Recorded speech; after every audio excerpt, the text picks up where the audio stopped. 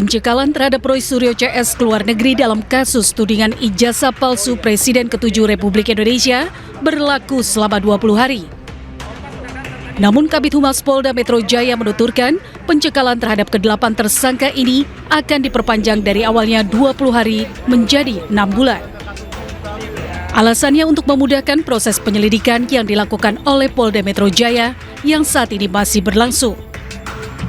Jadi pencekalan oleh penyidik itu dikirimkan untuk ke-8 yang berstatus tersangka. Itu berlaku selama 20 hari dari tanggal 8 November sampai dengan 27 November 2025. Tetapi akan diperpanjang untuk pencekalan selama 6 bulan ke depan. Ini surat masih akan berproses untuk pencekalan kedua. Sebelumnya Roy Suryo CS tak ditahan usai diperiksa sebagai tersangka terkait kasus fitnah ijazah palsu Jokowi pada Kamis 13 November 2025 lalu. Mereka tak ditahan karena mengajukan saksi dan ahli meringankan. Dari Jakarta, Rani Sanjaya, iNews melaporkan. Ya, sebelumnya Roy Suryo CS dicegah ke luar negeri oleh Polda Metro Jaya menyusul statusnya sebagai tersangka. Mereka juga dikenakan wajib lapor untuk memenuhi proses penyidikan.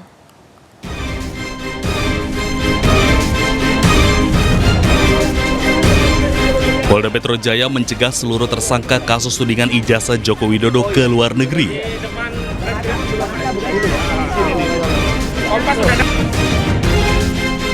Termasuk Roy Suryo yang juga dikenakan wajib lapor untuk memenuhi penyidikan kasus ini.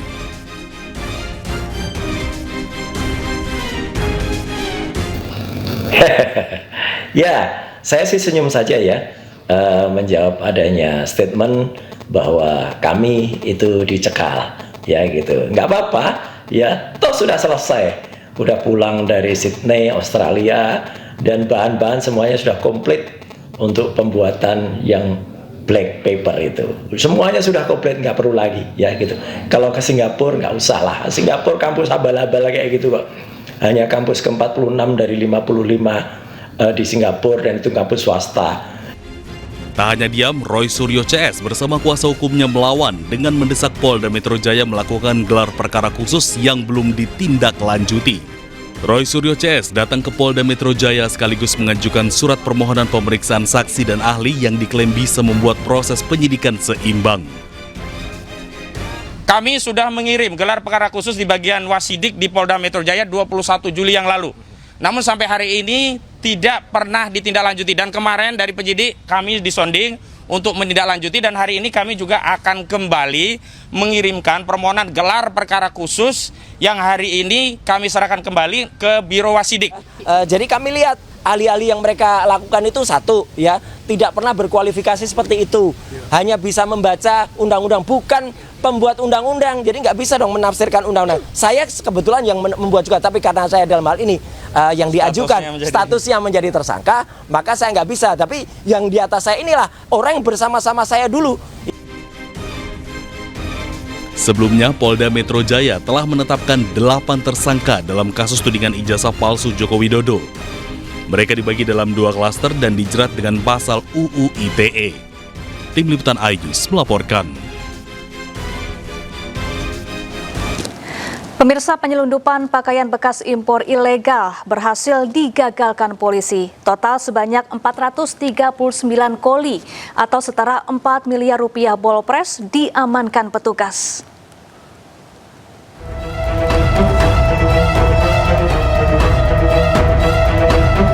Ditreskrimsus berhasil menggagalkan penyelundupan pakaian bekas impor ilegal.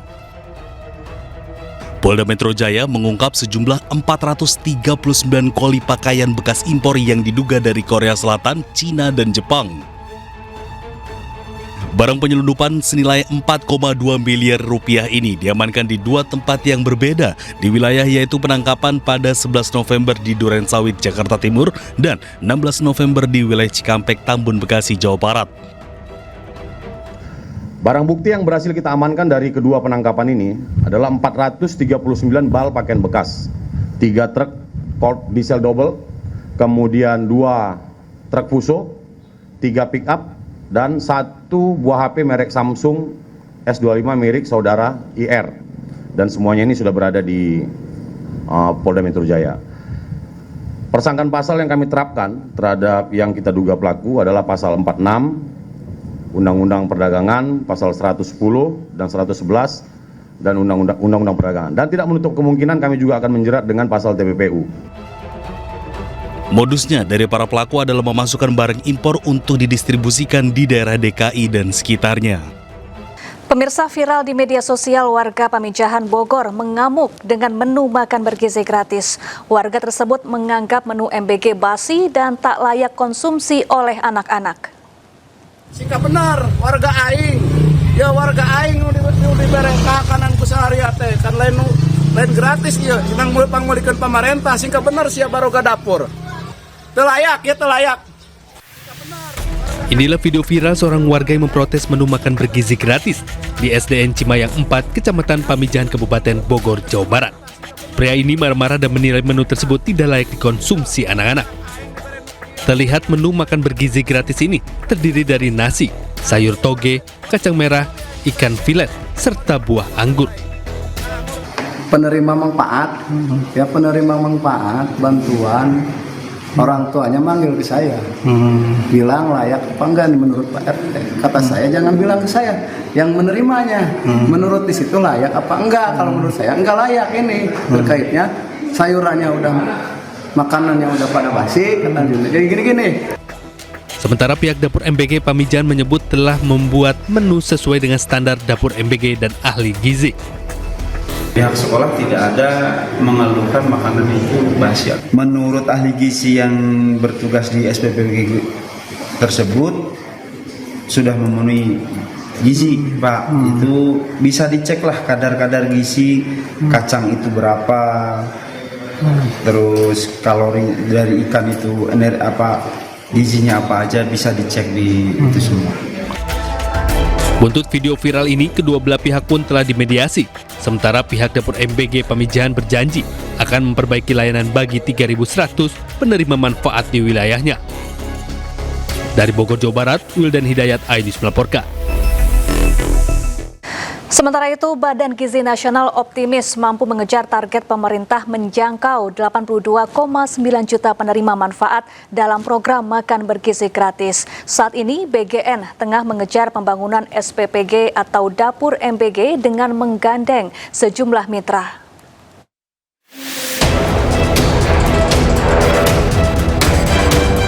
Badan Gizi Nasional terus mempercepat pembentukan Satuan Pelayanan Pemenuhan Gizi atau SPPG di tanah air untuk menjangkau penerima manfaat makan bergizi gratis. Dalam membangun dapur MBG ini, BGN bekerjasama dengan mitra masyarakat hingga lembaga.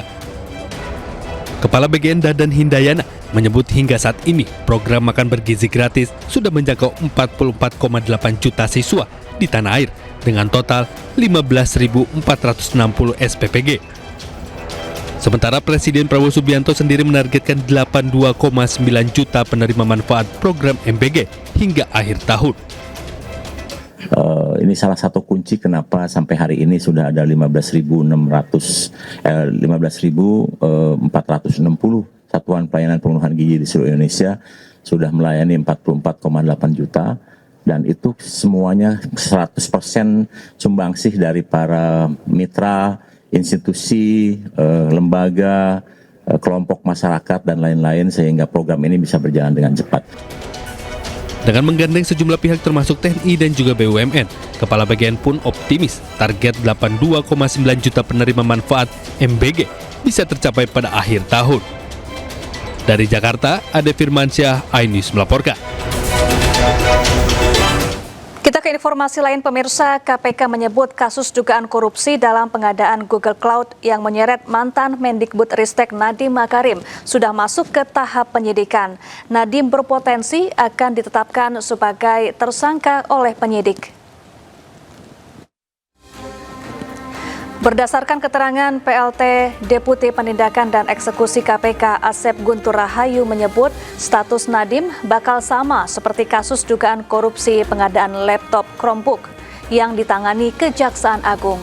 Perkara Google Cloud ini telah naik ke tahap penyidikan oleh KPK, namun pihaknya akan melimpahkan perkara ini ke Kejaksaan Agung. Pasalnya, kasus yang menyeret Nadiem memiliki irisan dengan kasus dugaan korupsi dalam pengadaan Chromebook yang diusut Kejaksaan Agung. Dalam hal ini, KPK telah berkoordinasi dengan Kejaksaan Agung untuk menyerahkan perkara. Perkaranya sudah selesai, sudah diekspos untuk naik ke penyidikan. Makanya dibilang itu akan kata Pak Ketua kan akan diserahkan gitu. Jadi prosesnya nanti setelah ini dinyatakan naik ke penyidikan, kemudian kan saat penyerahannya itu pada saat penyidikan. Sudah penyidikan nanti dibuka terus nanti kita serahkan. Tentu yang diserahkan apa kan gitu. Kan Bapak belum nyita, belum apa. Jadi yang diserahkan adalah keterangan-keterangan kita miliki, kemudian dokumen-dokumen yang kita miliki yang diperoleh pada saat penyelidikan, di mana ada beberapa juga yang secara sukarela mengirimkan dokumen dan lain-lain kepada kami, kepada penyidik. Nah, dokumen itulah kemudian juga keterangan-keterangan yang diperoleh, berita acara permintaan keterangan. Nah, itu yang akan kita serahkan kepada